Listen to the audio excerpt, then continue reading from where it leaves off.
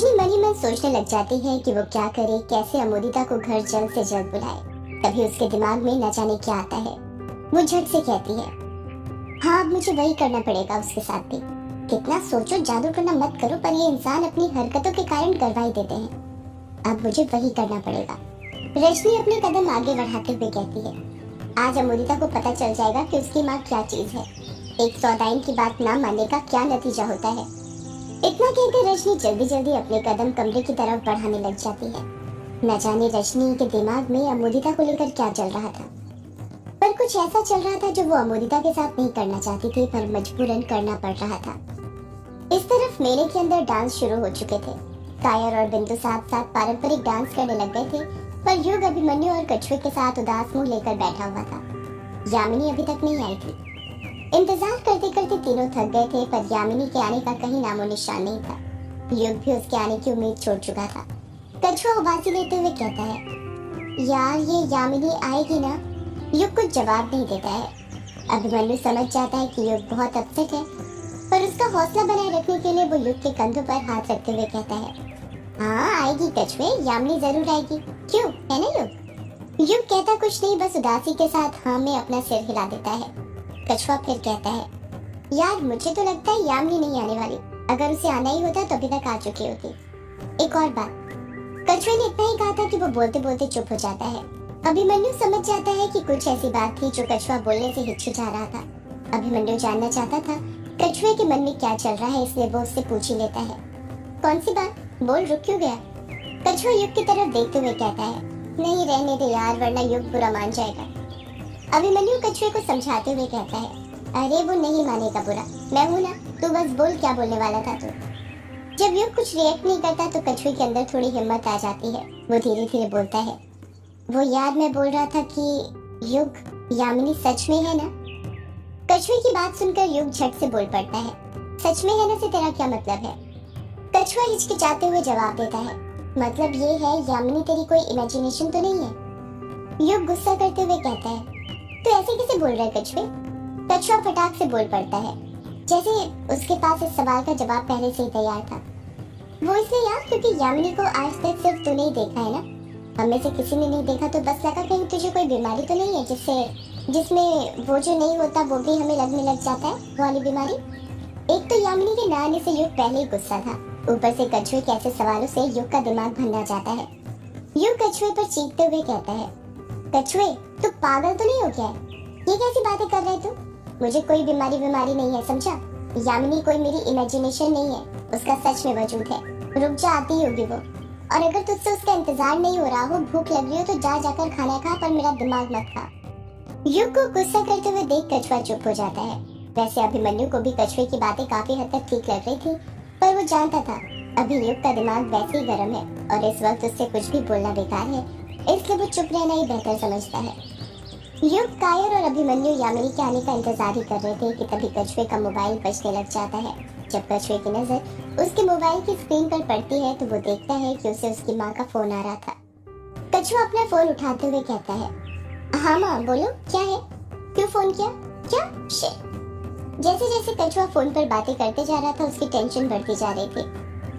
कछुआ फोन पर बात करते हुए घबराते हुए कहता है, माँ तुम घबराओ मत, मैं अभी आता हूँ, मैं पास में ही हूँ, दादी को कुछ नहीं होगा, मैं आ रहा हूँ। इतना कहकर कछुआ फोन कट कर देता है। जैसे ही कछुआ फोन कट करता है, अभिमन्यु हड़बड़ाहट के साथ कछुए से पूछता है, क्या हुआ कछुआ, सब कुछ ठीक तो है? तू इतना घबरा क्यों रहा है? कछुआ बौखलाहट के साथ जवाब देता है, कुछ ठीक नहीं है यार, दादी की तबीयत बहुत खराब हो गई है, उन्हें सांस लेने में बहुत तकलीफ हो रही है, उन्हें अभी इसी वक्त हॉस्पिटल शिफ्ट करना पड़ेगा, वरना पता नहीं क्या हो जाएगा, पापा भी घर पर नहीं है। अभिमन्यु कछुए को दिलासा देते हुए कहता है, तू घबरा मत कछुए, सब ठीक हो जाएगा, चल मैं भी तेरे साथ चलता हूँ, तू अकेले सब कुछ कैसे करेगा? युग भी बीच में बोल पड़ता है, मैं भी चलता हूँ तुम दोनों के साथ। कछुआ युग को मना करते हुए कहता है, अरे नहीं युग, तू रहने दे, अगर यामिनी आ गई तो और उसे तू नहीं मिला तो फिर पता नहीं वो तुझसे मिले या नहीं।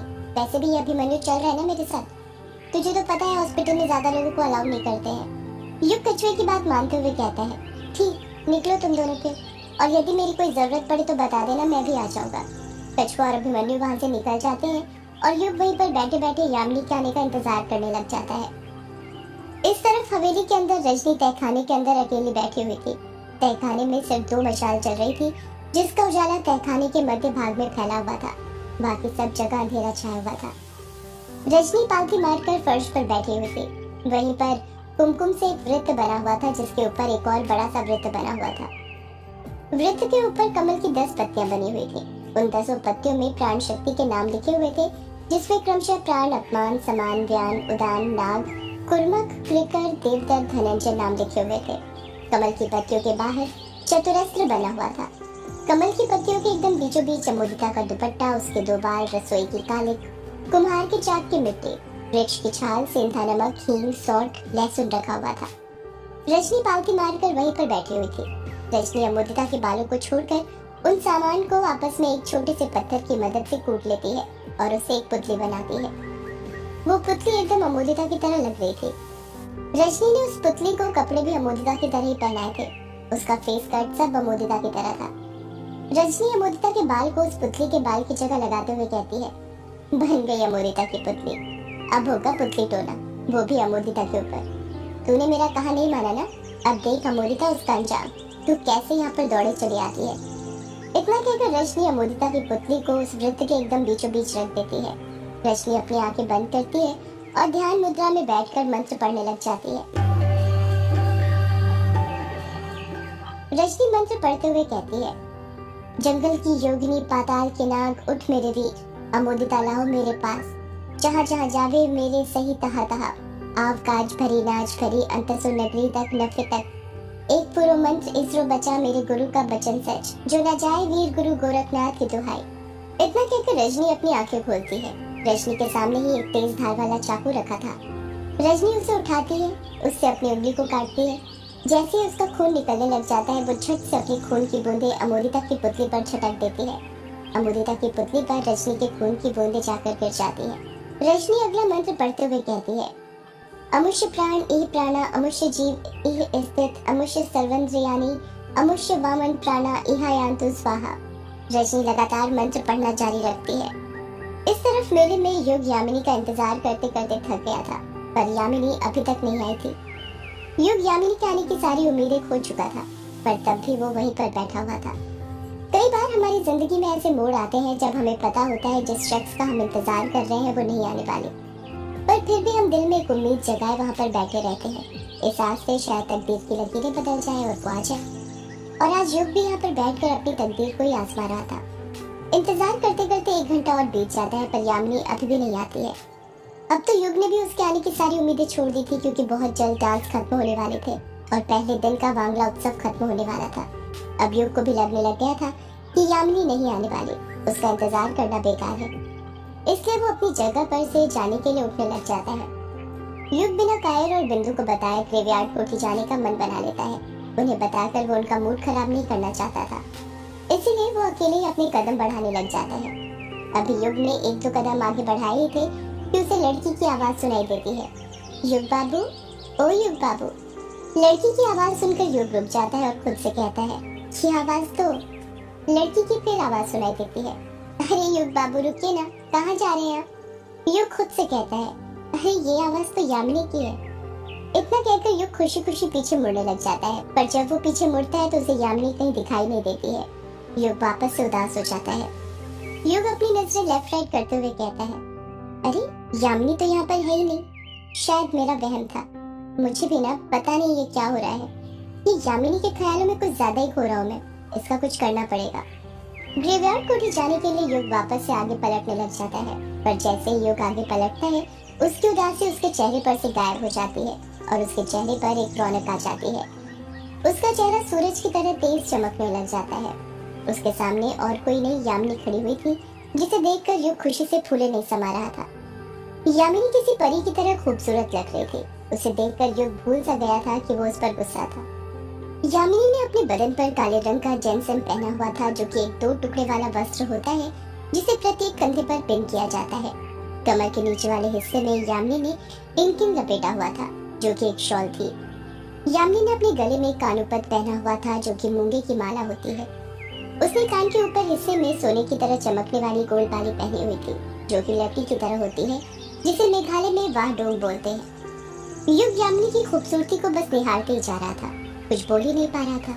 यामिनी ही युग को टोकते हुए कहती है, अरे युग बाबू, अब बस आप मुझे ताड़ते ही रहोगे या डांस करने के लिए भी चलोगे आप मेरे साथ?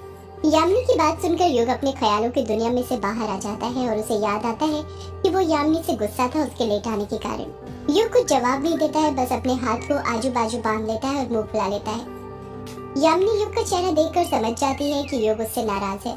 यामिनी युग को मनाते हुए कहती है, अच्छा तो युग बाबू नाराज हैं हमसे, कोई हमें बताएगा युग बाबू क्यों नाराज हैं हमसे? युग कुछ जवाब नहीं देता है, बस यामिनी से अपनी नजरें फेर लेता है। यामिनी फिर युग के चेहरे के सामने जाकर बड़े ही प्यार से बोलती है, युग बाबू आप क्यों नाराज हैं हमसे? आप बताएंगे भी या नहीं, या यूं ही बच्चों की तरह मुंह फुलाकर बैठे रहेंगे? ज्यादा मुंह नहीं फुलाना चाहिए वरना मुंह फूल जाता है। इतना कहकर यामिनी हंसने लग जाती है, पर युग बिल्कुल नहीं हंसता है। वो यामिनी से अभी भी नाराज था। वो कुछ नहीं बोलता है।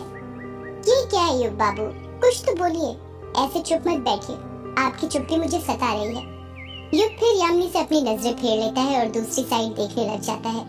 इस बार यामिनी को भी गुस्सा आ जाता है। यामिनी युग से नाराज होते हुए कहती है, अच्छा ठीक है युग बाबू, आपको मुझसे बात नहीं करनी तो मत कीजिए, मैं भी जा रही हूँ। सोचा था यहाँ पर आकर आपके साथ डांस करूंगी, पर आप तो मुंह फुलाकर बैठे हुए हैं। मैं ही पागल थी जो आपके लिए इतना तैयार होकर आई हूँ।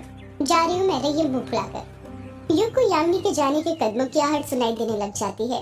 वो बौखलाहट के साथ पीछे मुड़ता है और देखता है कि यामिनी उसके पीछे ही खड़ी हुई थी और उसकी सूरत देखकर हंसे जा रही थी। यामिनी हंसते हुए कहती है, मुझे पता है युग बाबू, आप मुझसे रूठ सकते हैं पर मुझसे दूर नहीं जा सकते। यामिनी युग की आंखों में देखते हुए कहती है, आपको क्या लगा मैं आपको छोड़कर चली जाऊंगी? मैं आपको कभी छोड़कर नहीं जाने वाली, आप चाहोगे तब भी नहीं। युग चुप ही रहता है। यामिनी युग से पूछती है, ये बताइए आप नाराज क्यों हैं मुझसे युग बाबू? युग रूठे हुए लहजे में जवाब देता है, नाराज नहीं हूँ तो क्या हूँ यामिनी, तुम ही बताओ, मैं कब से तुम्हारा यहाँ पर इंतजार कर रहा हूँ और तुम हो कि इतने लेट आ रही हो, ये भी कोई वक्त है क्या आने का?